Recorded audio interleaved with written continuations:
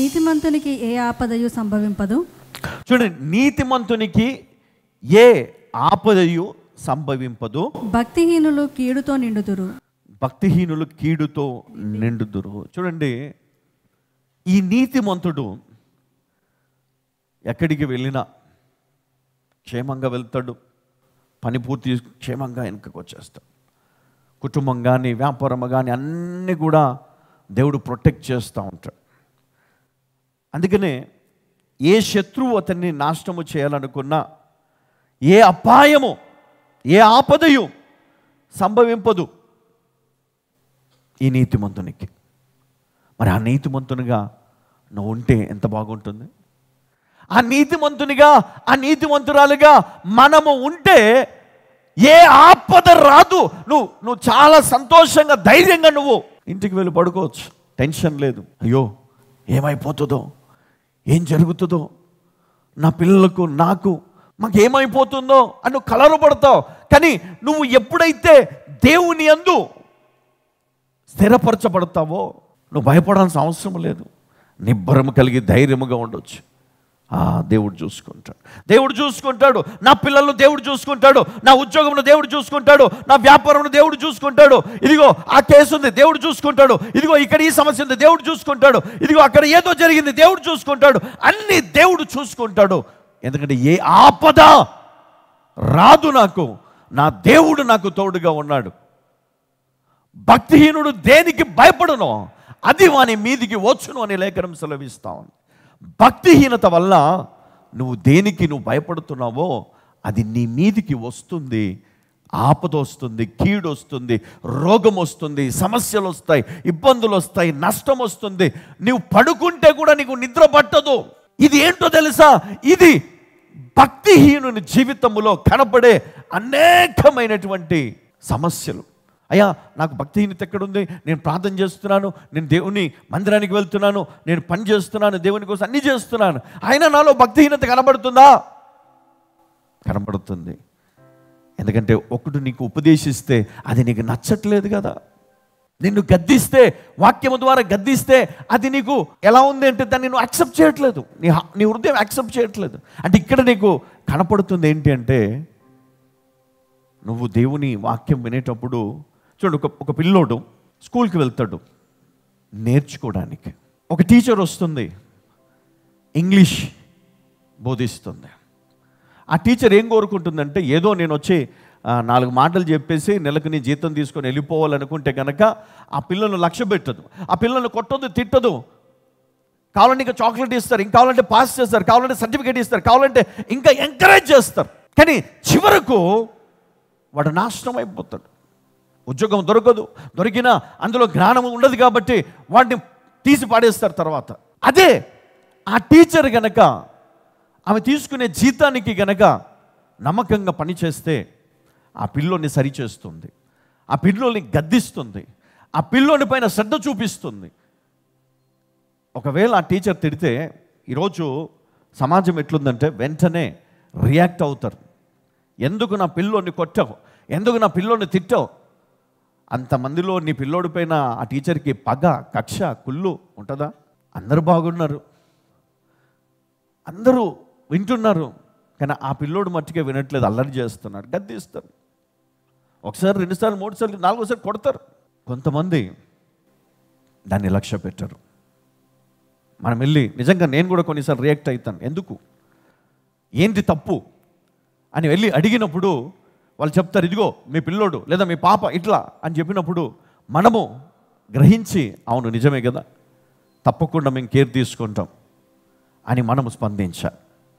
కానీ ఇక్కడ ఏం జరుగుతుందంటే, ఎప్పుడైతే ఒక కాపరి తన సంఘానికి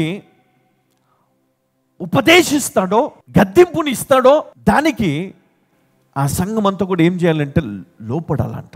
ఒకవేళ ఆ లోపం నీ లోపల లేకపోతే నువ్వేం చేయాలి అంటే, విని నీ ఇంట్లో లేదా నీకు తెలిసిన వాళ్ళు ఎవరైనా ఆ లోపం ఉంటే వారికి అది బోధించు. కానీ నువ్వు నేర్చుకో, విను.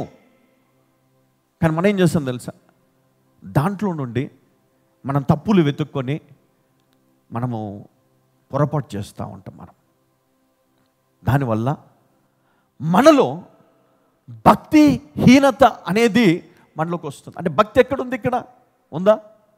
లేదు. ఒకవేళ భక్తి ఉంటే ఆ భక్తి ఏం చేస్తుందంటే ఈ మాటలు వినేటప్పుడు లేదా గద్దింపు మాటలు వినేటప్పుడు దాన్ని రిసీవ్ చేసుకుంటాం మనం. అవునా కదా? ఎలా? మనం నేర్చుకుంటాం, మనం వింటాం, మనం వెళ్ళి ఎవరికైతే అది అవసరం ఉందో వాళ్ళకి బోధిస్తాం. నీ ఇంట్లో ఒకరికి అవసరం ఉంది, నువ్వు బోధించు, నువ్వు వెళ్ళే మాటలు చెప్పు, ఆ గద్దింపు మాటలు వారికి చెప్పు, వారిని గద్దించు. అప్పుడు ఏమవుతుంది? వాళ్ళ జీవితం బాగుపడుతుంది. కానీ మనము తప్పును చూస్తే గనక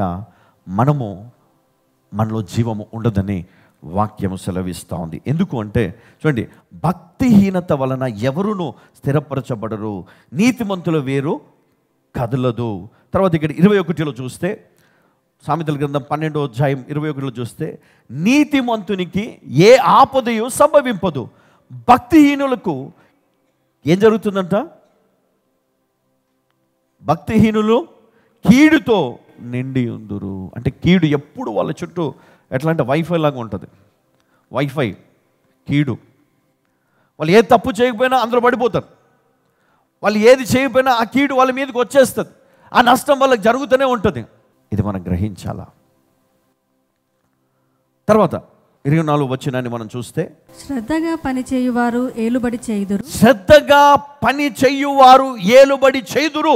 సోమరులు వెట్టి పనులు చేయవలసి వచ్చును, సోమరులు వెట్టి పనులు చేయవలసి వచ్చును. చూడండి, ఇక్కడ శ్రద్ధగల సోమరి, శ్రద్ధగల వాడు ఏం చేస్తాడు అంటే ఏలుబడి చేస్తాడు. అంటే ఈరోజు ఒక చిన్న గుమస్తగానో టెలికాలర్గానో సేల్స్ ఎగ్జిక్యూటివ్గానో జాయిన్ అయ్యి శ్రద్ధగా పనిచేస్తే మెల్లిగా టీమ్ లీడర్, తర్వాత సేల్స్ మేనేజర్, తర్వాత సౌత్ హెడ్, జోనల్ హెడ్, తర్వాత టాప్ ప్లేస్లో ఉంటారు. ఇంకా శ్రద్ధగా పనిచేస్తే ఒక్కొక్క మెట్టు ఎదుగుతాం. సోమరి నువ్వు ఏ సంవత్సరం వెళ్ళినా ఎక్కడ ఉంటాడు? అదే గుమస్తా, అదే సేల్స్ ఎగ్జిక్యూటివ్, అదే సెక్యూరిటీ గార్డ్, అదే కదా షాప్లో పని, అదే అదే అదే అక్కడే ఉండిపోతాం మనం. ఒక స్టెప్ కూడా ముందుకు వెళ్ళలేం మనం. అంటే మనకు ఆ విజయం రాదు. ఉదాహరణకు యోసేపును మనం చూస్తే గొయ్యిలో నుండి బానిసగా ఇంటికి వెళ్ళాడు, అక్కడి నుంచి చెరసాల్లోకి వెళ్ళాడు, చెరసాల నుండి ఎక్కడికి వెళ్ళాడు? గొప్ప స్థాయిలో పెట్టాడు దేవుడు. అంటే ఆపదలు ఎన్నో వస్తాయి. ఎప్పుడైతే నువ్వు దాన్ని సరి చేసుకుంటావో, నీ లైఫ్ని, నీ ఆలోచన, నీ జీవితాన్ని నువ్వు సరి చేసుకోవడం మొదలు పెడతావో, దేవుడు టైం ఇస్తాడు నీకు. దేవుడు టైం ఇస్తాడు నీకు. ఆ టైంలో నువ్వు ఏం చేసుకో? సరి చేసుకో.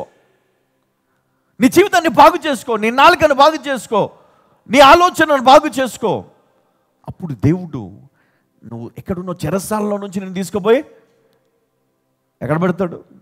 ఉన్నతమైనటువంటి స్థితిలో దేవుడు పెడతాడు.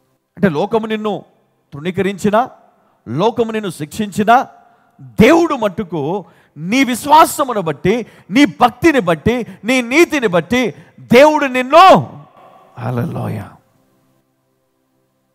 అంటే మనం ఎన్ని దెబ్బలు తిన్నా, ఎంత ఇబ్బంది పడ్డా మన విశ్వాసాన్ని కోల్పోకుండా, మన విశ్వాసాన్ని మనం కాపాడుకుంటూ, చూడండి, ఉపదేశమును విడిచిపెట్టకుండా మనము ముందుకు వెళ్తే కనుక దేవుడు మన గొప్ప విజయాన్ని ఇస్తాడు. హల్లెలూయా.